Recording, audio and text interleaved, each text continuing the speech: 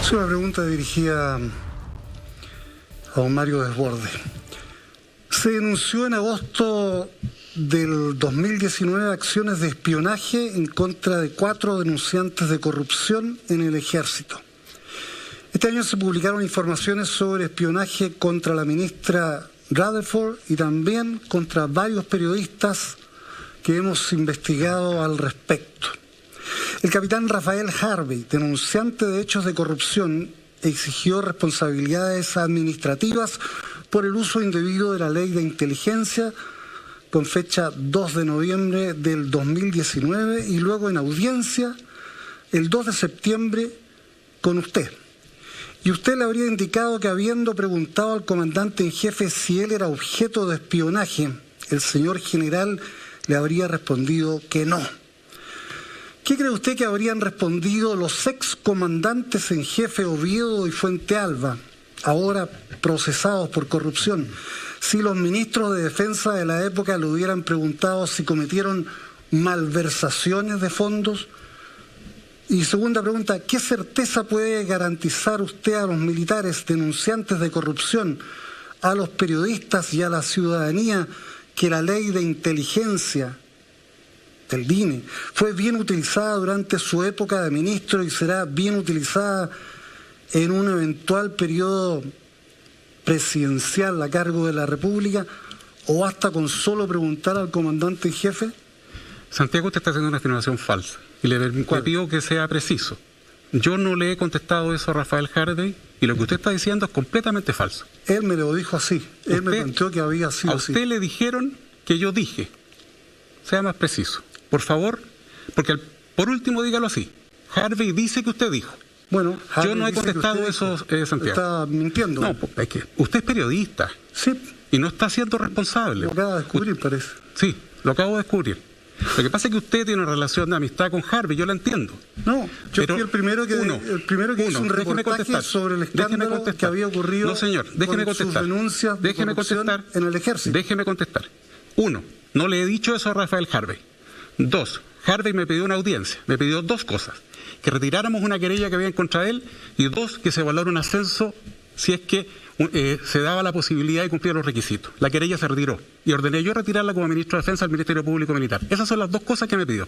Me entregó un mamotreto de documentos con denuncias. Le dije, los vamos a investigar una a una. Todas ya estaban siendo investigadas. Todas existían.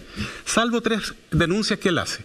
Una, que dice que el comandante jefe del Ejército viajó a China con su cónyuge, con platas pagadas del Ejército. El general Martínez no ha ido nunca a China. Esa acusación es falsa.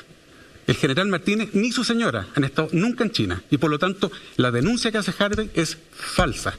Entonces le pido por favor que no ponga palabras en mi boca que yo no he dicho.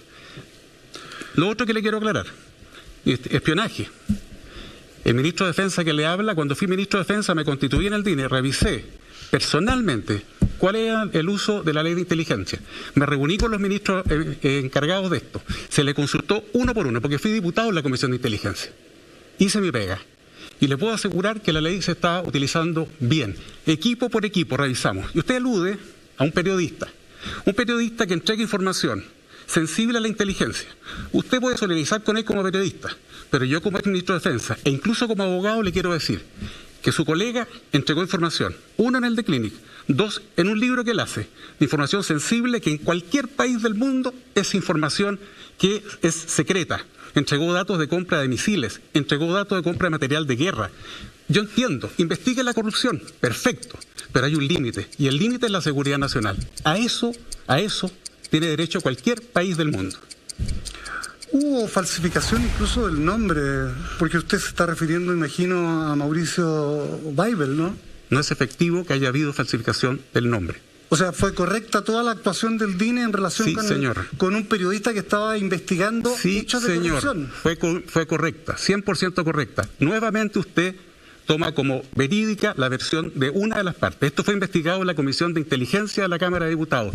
Interrogamos uno por uno a los actores, con parlamentarios de oposición y de gobierno presentes, parlamentarios comunistas, parlamentarios demócratas cristianos. Se interrogó al ministro, el ministro encargado, al ministro Poblete, que aceptó concurrir a ser interrogado por la Comisión de Inteligencia. Se nos explicó documento por documento.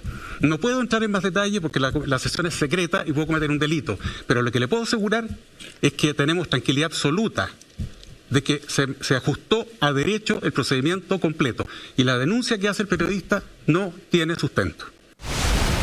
Revisábamos lo que había sucedido anoche en este encontrón, en este tenso momento entre Mario Desbordes y Santiago Pavlovich. Un Mario Desbordes distinto al que habíamos visto públicamente en muchas otras ocasiones. Lo hemos entrevistado en diversas oportunidades y nunca lo habíamos visto así de enérgico. Algunas personas hablan de que estaba descontrolado. Yo lo vi más enérgico que descontrolado, pero quiero preguntarle la opinión al próximo invitado esta tarde, Francisco Vidal. Muy buenas tardes. ¿Cómo estás? Gusto saludarlo. Muy buenas tardes, ciudadano. ¿Cómo están? Buenas tardes, ciudadano Vidal. Bien, gusto verlo. ¿Cómo vio a Mario Desbordes en este punto en particular cuando Santiago Pavlovich le pregunta respecto de la utilización de la ley de inteligencia, respecto particularmente de Rafael Harvey y otros casos?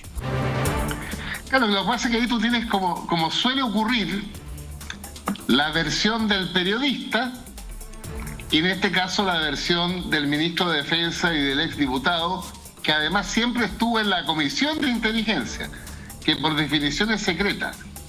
Claro. Entonces, claro, el argumento de Desbordes le falta algo que él no puede decir, porque si lo dijera... ¿Es un delito?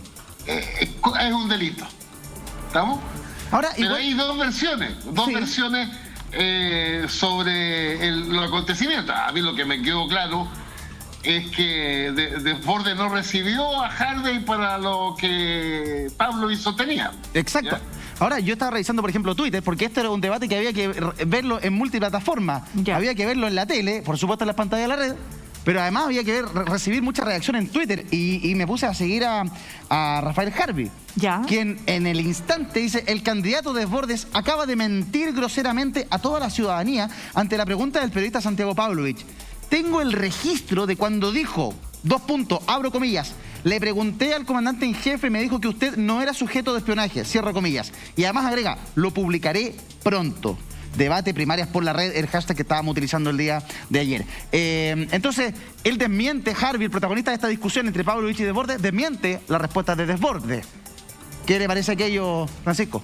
Porque eso es interminable, porque al final cuando hay dos versiones tan encontradas, claro, o se mantienen las versiones encontradas o se judicializan, y ahí llega la verdad judicial. Sí, pero efectivamente, en el caso más polémico, que no es Harvey, es de Mauricio Weibel. Así es, periodista. Eso se llevó a la Comisión de Inteligencia de la Cámara. Y efectivamente, como dice Mario Desbordes, concurrió voluntariamente el ministro Poblete, que llevaba el caso. Y finalmente es el ministro Poblete el que sostiene que no se violó la ley de inteligencia en ese caso. En ese caso de Mauricio Weibel no se violó la ley de inteligencia. Es lo que dice, mira, me da lo mismo lo que diga Desbordes o Harvey, es lo que dijo el ministro de la Corte de Apelaciones. Exactamente, en la comisión ahí en el Porque por lo menos yo me guío por lo siguiente en estos casos. Dale. Respeto todas las opiniones y todas las versiones, pero cuando tú la llevas a la justicia, ahí no te queda otra que obedecer lo que la justicia, las personas que lo representan, definan. Porque si no sería interminable esto. Exactamente. Claudio Rojas, que es abogado, hablamos con Claudia, que estamos justamente en el tema judicial. Ahí se zanja el tema, Claudio, porque esta discusión también podría ser perfectamente ética. ¿Dónde está el límite entre la libertad de expresión, la libertad de prensa, que consideramos sagrada para la opinión, para que la opinión pública se maneje y tenga información, datos, exactitud, etcétera, etcétera, etcétera, versus la seguridad nacional?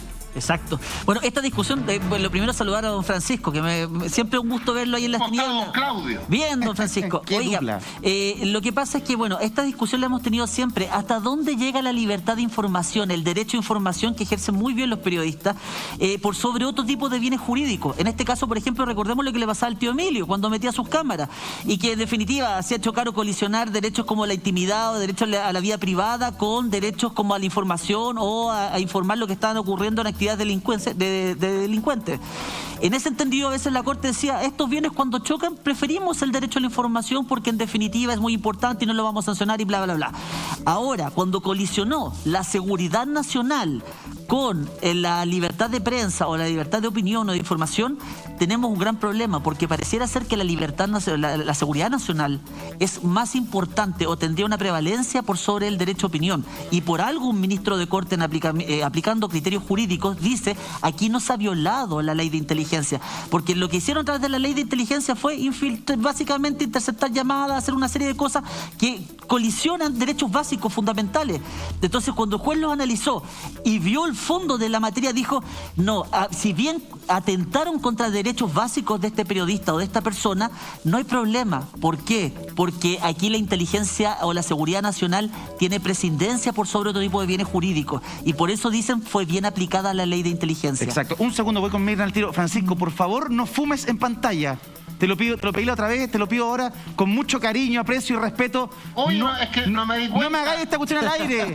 Sabemos Estamos en que una protección al menor, no se puede legalmente. Sabemos que la adicción de Francisco, exactamente, claro. Pero sabemos que Francisco Primero, vamos a apagar el cigarrito, pero como yo me vi en la pantalla chica, sí, claro, no en la grande. Pensaste que no estaba ahí al aire. No, estás al aire. Esta es la mía. No, pues Francisco, no por favor, no, es muy peligroso, es delicado. No solo nos exponemos a multas, sino que además estamos en horario de protección al menor, no podemos fomentar el vicio. Francisco, muy bien, toda la razón. No seas desubicado. Gracias, Francisco. Mirna. Ya, a ver, bueno, yo quiero decir lo siguiente, o sea, me parece, evidentemente todos los seres humanos que habitamos este país llamado Chile, nos sometemos a un Estado de Derecho que tiene reglas, que tiene un código penal, una legislación, nadie está por sobre, aun cuando algunos dicen que algunos están por sobre, otros no, bueno, nadie está por sobre la ley, eso es lo que está claro, ¿no? Y por lo tanto, evidentemente que los periodistas no escapamos a ello. Yo no voy a entrar ahí porque no quiero meterme en esa maraña de que si Mauricio Weibel sobrepasó el límite de lo que se supone que tiene que ver con secreto de Estado, ¿no?